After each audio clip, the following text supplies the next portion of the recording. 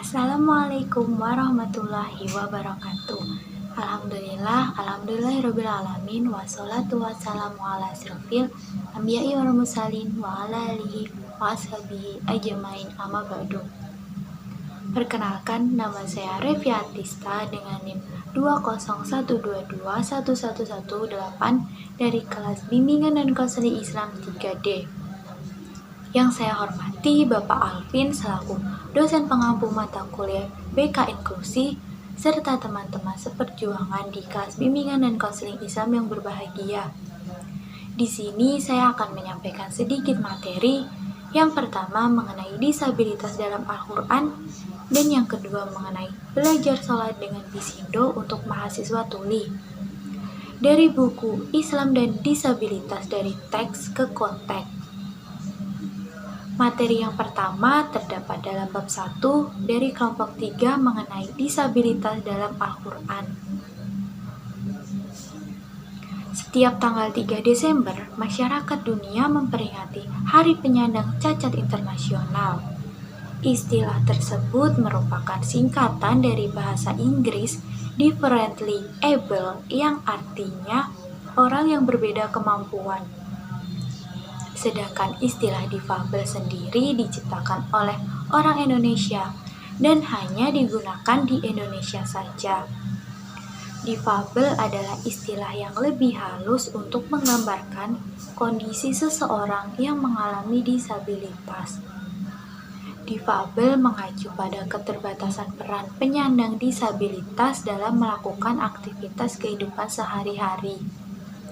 Artinya, seorang yang difabel bukanlah tidak mampu, melainkan hanya terbatas dalam melakukan aktivitas tertentu. Kaum difabel seringkali menjadi sorotan masyarakat sebagai golongan minoritas yang seringkali dikucilkan atau diasingkan, dan juga tidak mendapatkan perhatian penuh dari masyarakatnya sendiri. Hal ini tentu tidak sejalan dengan ajaran agama Islam. Al-Quran yang menjadi rujukan umat muslim telah memberikan perhatian penuh terhadap kaum difabel, yakni dengan tidak membeda-bedakan antara satu dengan yang lainnya, baik seorang yang keadaan cacat atau sempurna. Yang dinilai Allah ialah ketakwaan dan keimanannya saja. Macam-macam disabilitas fisik dan cacat moral. Yang pertama, a'ma atau tunanetra. Dalam Al-Quran, kata a'ma disebutkan sebanyak 33 kali dalam surat Makkiyah dan 12 kali dalam surat Madaniyah. Makna dari kata a'ma adalah menutup. Kemudian yang kedua adalah abgam atau tunawicara. Dalam Al-Quran, kata ini disebutkan sebanyak 6 kali, serta memiliki beberapa konteks, yaitu sifat orang yang mendustakan ayat-ayat Allah, tidak mau menerima kebenaran, dan tidak mengatakan kalimat yang benar. Kemudian yang ketiga adalah samam atau tunarungu. Dalam Al-Quran, kata samam disebutkan sebanyak 15 kali. Samam berarti hilangnya pendengaran. Dari makna ini kemudian digunakan untuk menyifati orang yang tidak memperhatikan dan menerima kebenaran. Orang yang enggan menerima kebenaran diumpamakan al-wulan atau seperti yang sudah mati. Kemudian yang keempat adalah a'raj atau tunadaksa. Kata ini disebutkan sebanyak 10 kali dalam Al-Quran. A'raj artinya pincang. Kemudian yang kelima adalah sufaha atau tunalaras.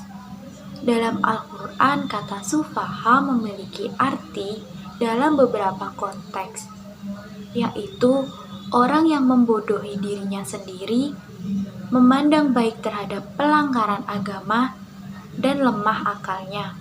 Kemudian yang kedua dari kelompok saya sendiri terdapat dalam bab 9 mengenai belajar sholat dengan Bisindo untuk mahasiswa tuli. Pelaksanaan sholat wajib juga sama hukumnya bagi kaum difabel, seperti yang diperintahkan Nabi Muhammad SAW dulu kepada Abdullah ibnu Ummi Maktum yang seorang difabel netra. Seseorang yang menyandang disabilitas fisik juga secara jelas sudah mendapatkan keringanan untuk bisa melakukan sholat dengan cara duduk, bahkan boleh dengan isyarat saja jika tidak mampu. Pendengaran dan bicara menjadi hambatan bagi orang-orang tuli.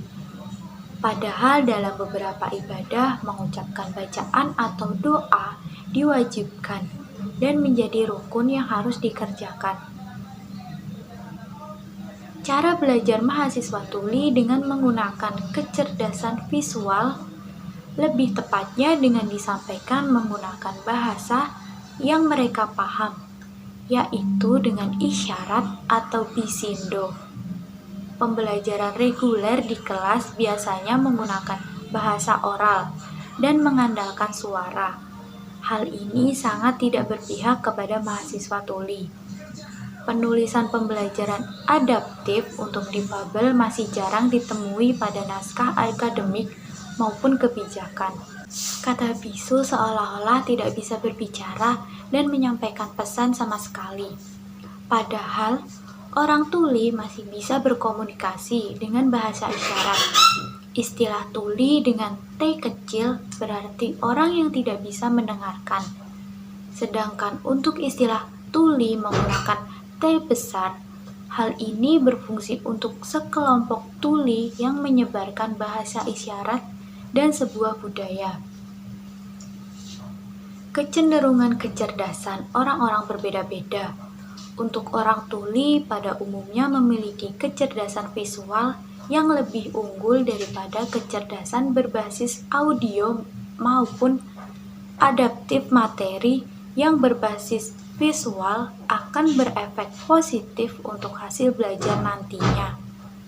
Seperti pada perubahan bacaan sholat yang semula berbasis suara, kemudian divisualisasikan dengan bisindo. Menurut pandangan fikih lainnya yang dikemukakan oleh Dr. Sabir Ali mengatakan bahwa seorang tuli boleh melaksanakan sholat dengan memikirkan arti dan bacaan sholat menggunakan bahasa isyarat.